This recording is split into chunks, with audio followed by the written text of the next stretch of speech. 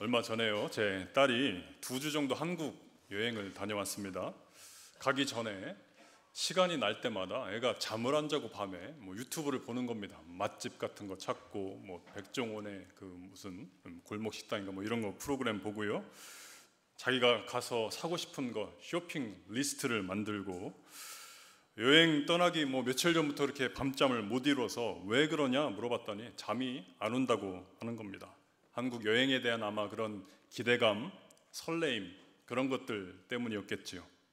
공항에 갈 때 백팩을 메고, 그 다음에 큰 캐리어를 하나 들고, 또 이쪽에는 조그만 캐리어 들고 그렇게 갔습니다. 거의 비워서 갔습니다. 쇼핑 가득 이렇게 채우고자 마음을 먹었겠죠. 얘가 공항에 가는데 며칠 밤을 거의 지새우다시피 잠도 못 자고 갔는데 그 얼굴이요, 아주 쌩쌩하고 행복한 얼굴로 그렇게 나갔습니다. 잠을 안 자도 행복하다라고 하는 거죠.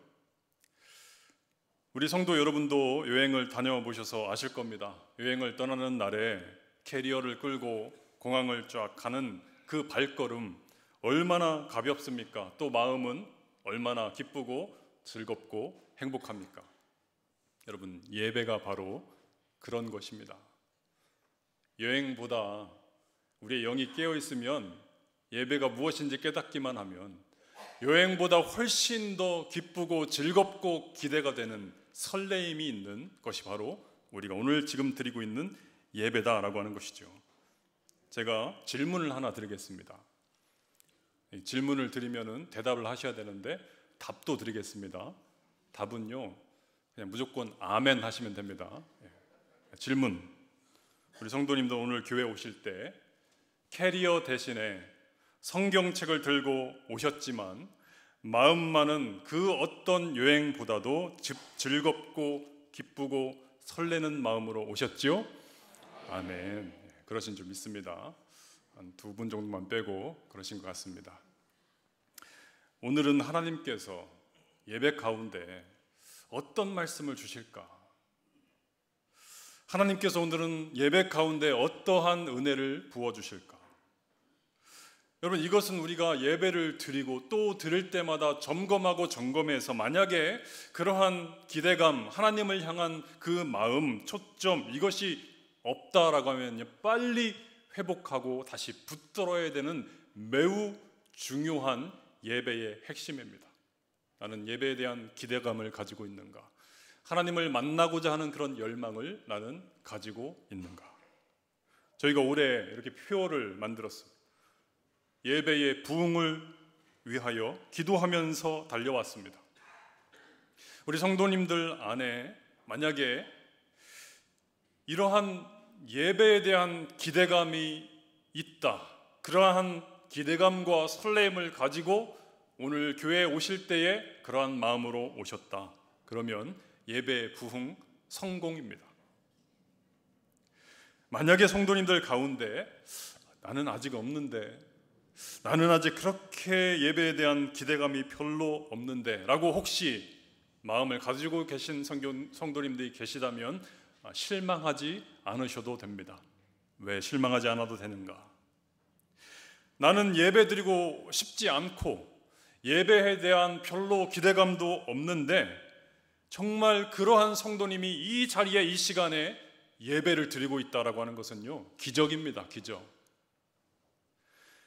육신의 정욕을 이기셨고 이 세상에서 나를 유혹하는 것들이 얼마나 많습니까? 사탄이 또 얼마나 우리를 유혹하나요? 그런 것들을 다 뿌리치고 이 자리에 여러분이 앉아서 예배를 드리고 있다, 이것은 성령님의 역사가 아니고는 일어날 수 없는 일이다라고 하는 거죠.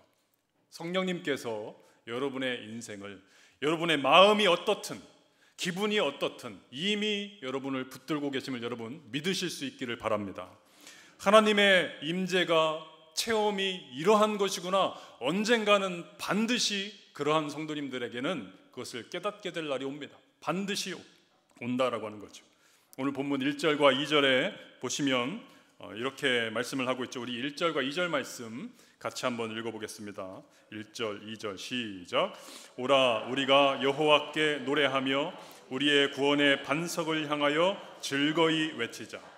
우리가 감사함으로 그 앞에 나아가며 시를 지어 즐거이 그를 노래하자. 아멘. 1절에 즐거이 외치자라고 말씀합니다. 2절에도 즐거이 노래하자. 여러분, 이 두 번역이 틀리지만 히브리어는 한 단어입니다. 똑같습니다. 루아라고 하는 단어, 이것을 직역을 하면은 이렇습니다. 목소리를 높여서 기쁘고 즐겁게 외친다. 그것이 바로 루아입니다. 저는 어렸을 적에 이 시편 말씀을 읽을 때마다 별로 재미가 없었습니다. 왜 재미가 없었냐면 시편 내용이 그냥 그 내용 같아서요. 여호와를 찬양하라, 할렐루야, 하나님께 즐거이 예배할지어다, 송축할지어다, 이런 말씀 계속 반복돼서 이렇게 나오니까 재미가 없는 거예요.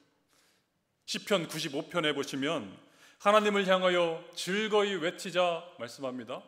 96편에는 온 땅이여 여호와께 노래할지어다, 97편에는 여호와께서 다스리나니 땅은 즐거워하며 허다한 섬은 기뻐할지어다. 우리 가운데 이 예배당에 와서, 예배 드리러 와서 찬양 안 하는 사람이 누가 있습니까? 다 찬양하지요. 예배 안 드리는 사람이 누가 있습니까? 다 찬양하고 예배 드립니다. 나는 오늘 입 뻥끗하지 않겠다, 정말 큰 마음 먹고 결심하지 않는 이상 그냥 다 찬양하고 기도하고 예배를 드린다라고 하는 거죠. 그런데 우리가 정말로 하나님을 만나고 이 예배가 무엇인가를 우리가 깨닫고 하나님께서 원하시는 예배가 무엇인가를 우리가 깨닫게 된 그 뒤부터는요, 이러한 그냥 그저 그런 똑같이 보이는 시편의 말씀들이 그냥 국어책이나 도덕책에 있는 좋은 말씀들, 교훈이 아니라 진심이 전달되기 시작합니다. 이 시편 말씀들에 담겨진 그 호소와 간절한 외침이 나에게, 내 마음에 다가오기 시작한다라고 하는 것이죠. 여러분, 오늘 본문 우리가 읽었던 1절과 2절 말씀, 이 말씀 읽을 때는요, 그냥 국어책 읽듯이 그렇게 읽어서는 안 되는 말씀입니다. 제가 읽을 텐데요, 제가 소리 좀 지르겠습니다. 놀라지 마시고 이렇게 읽어야 됩니다. 이 말씀 속에 담긴 진심. 오라, 우리가 여호와께 노래하며 구원의 반석이신 하나님을 향하여 우리가 즐거이 외치자. 즐겁게 주님을 노래합시다. 목소리를 높여서 주님을 찬양합시다.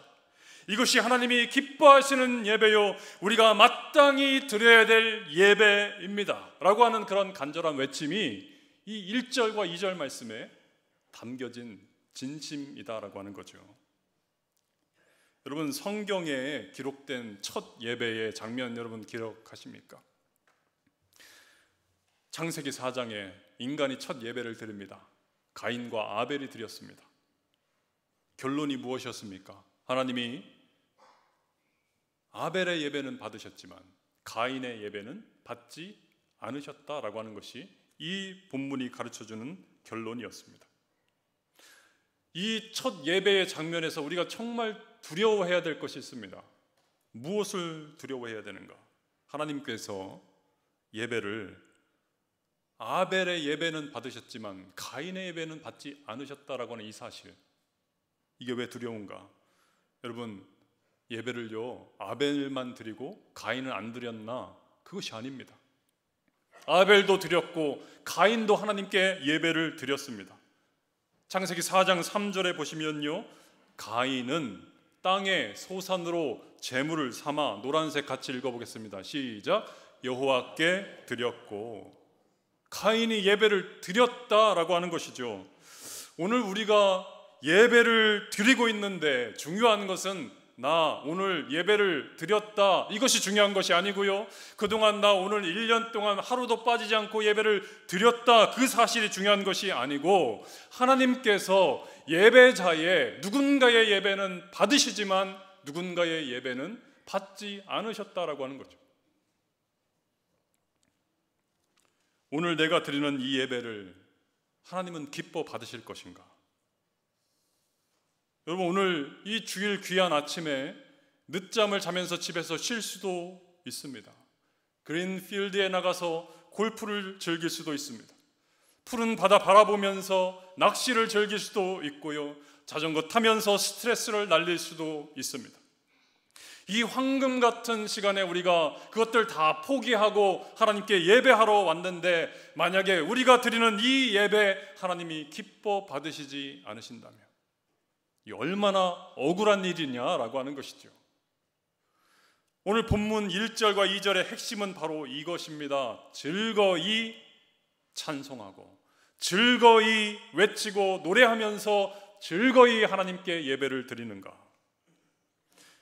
우리가 다 예배를 드리지만 어떤 사람은 즐거이 하나님께 예배를 드리는 사람이 있지만, 어떤 성도는 즐거이라고 하는 단어가 빠지고 그냥 예배만 드릴 수 있다라고 하는 거죠. 종교적으로 드릴 수 있습니다. 형식적으로 드릴 수 있습니다. 가인과 아벨 둘 다 예배 드렸습니다. 왜 하나님께서 가인의 예배는 받지 않으시고 이 아벨의 예배만 하나님 받으셨는가? 창세기 4장 5절 말씀은 이렇게 기록하고 있습니다. 같이 한번 읽어보겠습니다. 시작. 가인과 그의 제물은 받지 아니하신지라. 굉장히 중요한 말씀입니다. 가인이 드린 제물도 물론 받지 않으셨지만 그 근본적인 원인 무엇이냐? 제물이 문제가 아니었고요, 가인을 받지 않으셨다라고 하는 것이죠. 무슨 의미겠습니까? 예배하는 예배자에게 문제가 있었다라고 하는 것입니다. 우리 사람의 관심은 무엇이죠? 사람은 눈에 보이는 것들 관심을 갖습니다. 재물, 헌금 얼마 냈는가, 어떤 옷을 입고 왔는가, 어떤 차를 타고 왔는가, 어떤 집에 살고 있는가. 그러나 하나님은 전혀 그런 것에 관심을 두지 않으십니다. 하나님은 관심 없으십니다. 하나님의 관심은 예배자에게 있다라고 하는 것이죠. 그 마음의 중심에 무엇이 들었는가, 하나님은 이것을 보시고 그 예배를 받으실 것인가 받지 않으실 것인가, 그것으로 결정하신다라고 하는 것입니다. 오늘 본문에 즐거이라고 하는 이 단어, 예배자의 중심을 꿰뚫는 단어입니다. 마음의 중심.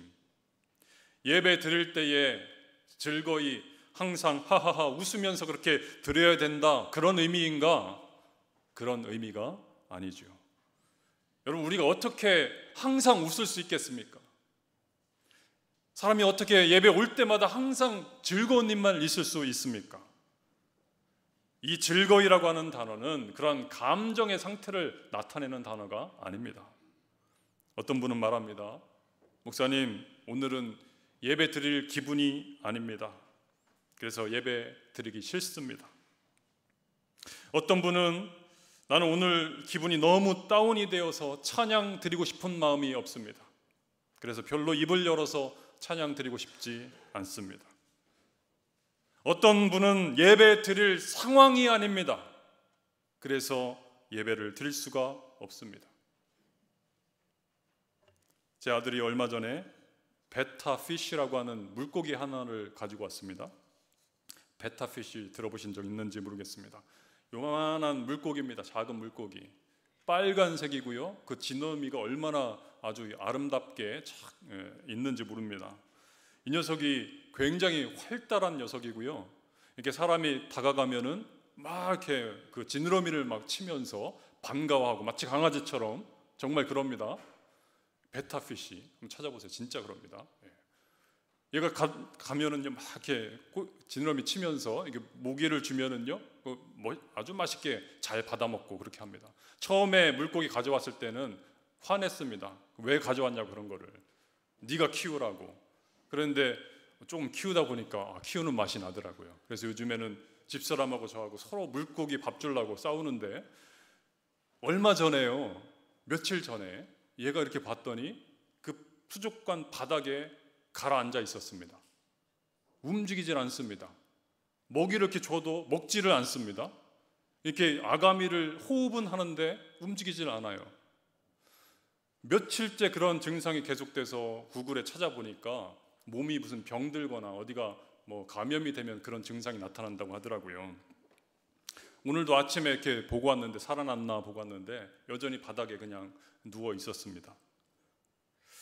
참 마음이 안 좋았습니다. 기분이 안 좋았습니다. 여러분, 물고기 한 마리 때문에 이렇게 마음이 쉽게 상하는데 우리 사람의 삶 속에 얼마나 많은 일들이 일어나나요? 사업이 잘 안 풀릴 수도 있고, 직장에서 사람들과 직원들과 관계나 어떤 업무 때문에 스트레스를 받을 수도 있고, 누군가로부터 마음의 상처를 입을 수도 있고, 갑작스러운 사고를 당할 수도 있고, 가족끼리 한바탕 할 수도 있지요. 기분이 상합니다. 이런 경우에는 내가 기쁘게 즐겁게 예배를 드릴 수 없으니까 예배를 드리지 말라, 예배 드려도 하나님은 안 받으신다, 그런 말씀인가요? 그런 말씀이 아니고, 하나님께 예배할 때에 즐거이 하나님을 예배하고 즐거이 찬양하라, 이 말씀의 뜻은 감정의 표현이 아닙니다. 이것은 우리의 영적인 즐거움과 영적인 기쁨을 의미합니다. 요한복음 4장에서 예수님께서 예배에 대해서 이렇게 말씀을 하셨죠. 하나님은 영이시니 예배하는 자가 영과 진리로 예배할지니라. 하나님은 영이시다. 우리 사람은요, 감정도 있고 생각도 있고 육체도 있고 영도 있습니다. 그런데 왜 하나님은 생각, 육체, 감정 뭐 이런 것들로 예배하라고 하지 않으시고 왜 영으로 예배하라라고 말씀을 하셨는가?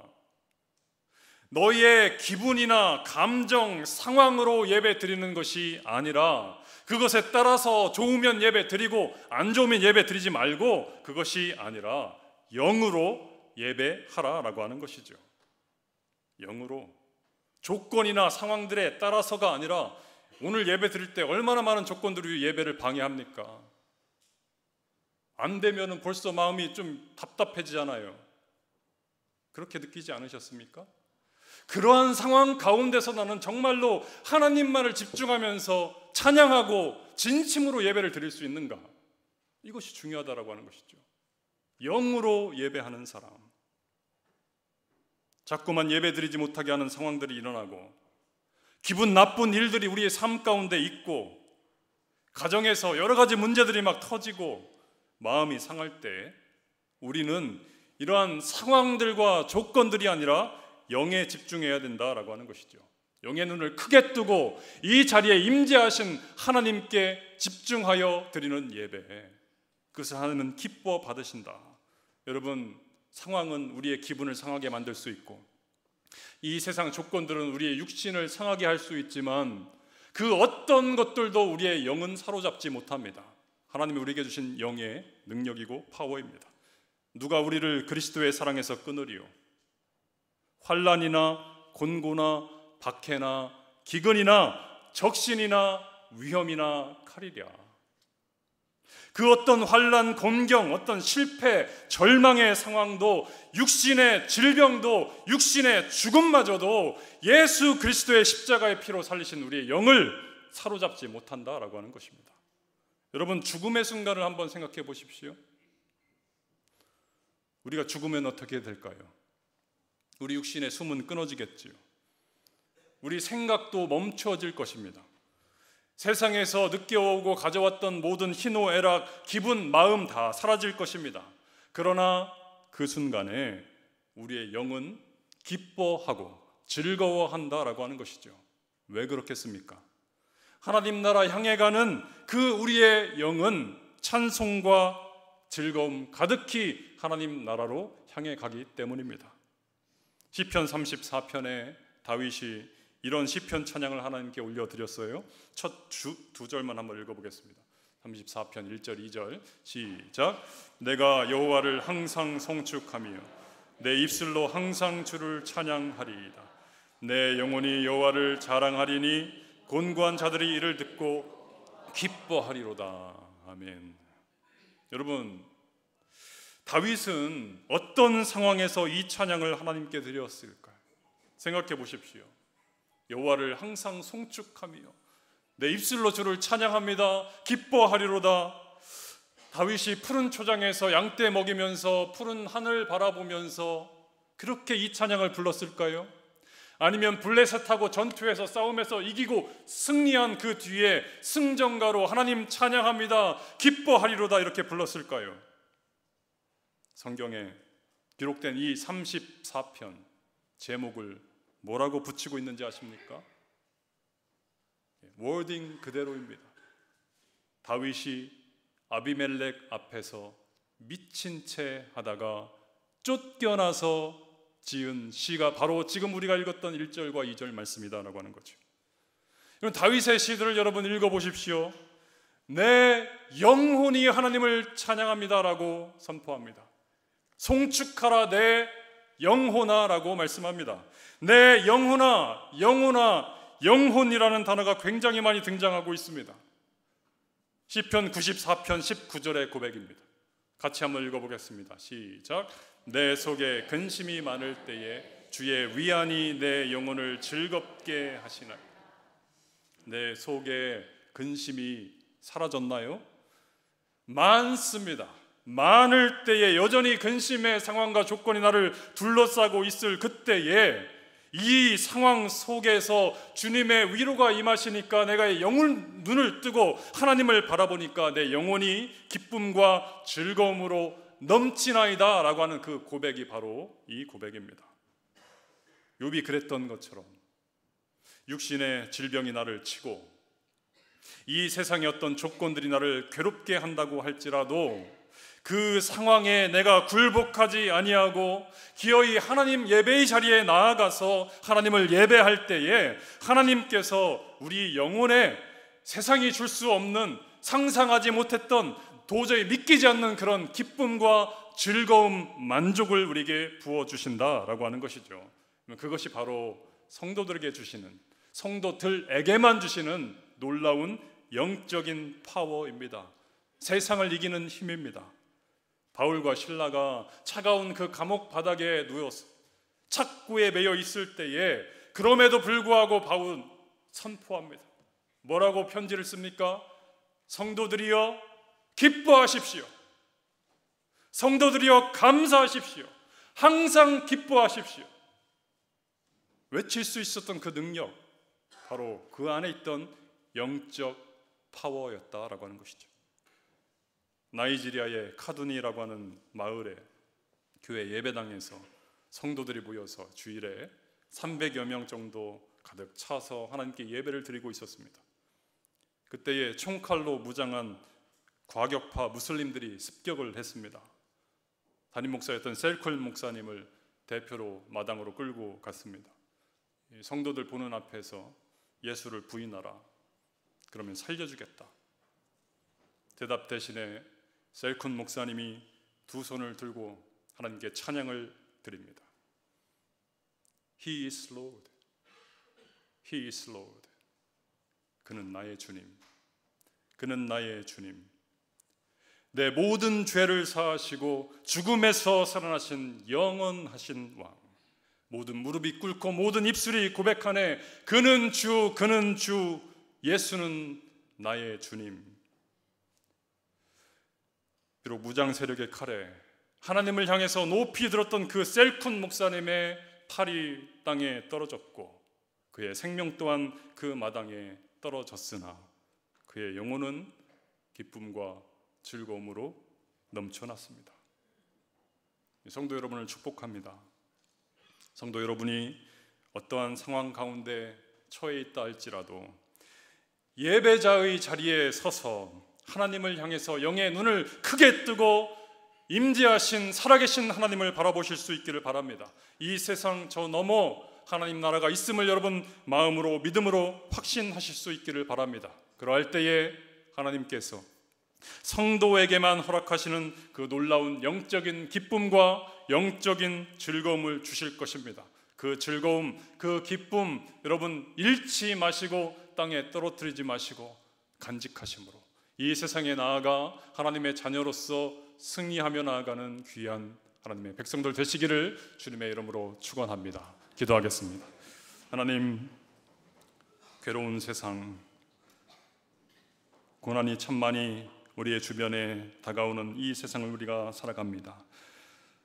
이러한 조건과 상황에 우리의 눈을 돌리지 아니하고 우리와 함께 하시는 우리 하나님 바라보면서 영으로 우리 하나님을 찬양하며 예배하면서 하늘의 기쁨과 즐거움과 그 복된 은혜를 누리는 모든 하나님의 자녀들 될 수 있도록 주님 인도하여 주시옵소서. 감사합니다. 예수님의 이름으로 기도하옵나이다. 아멘.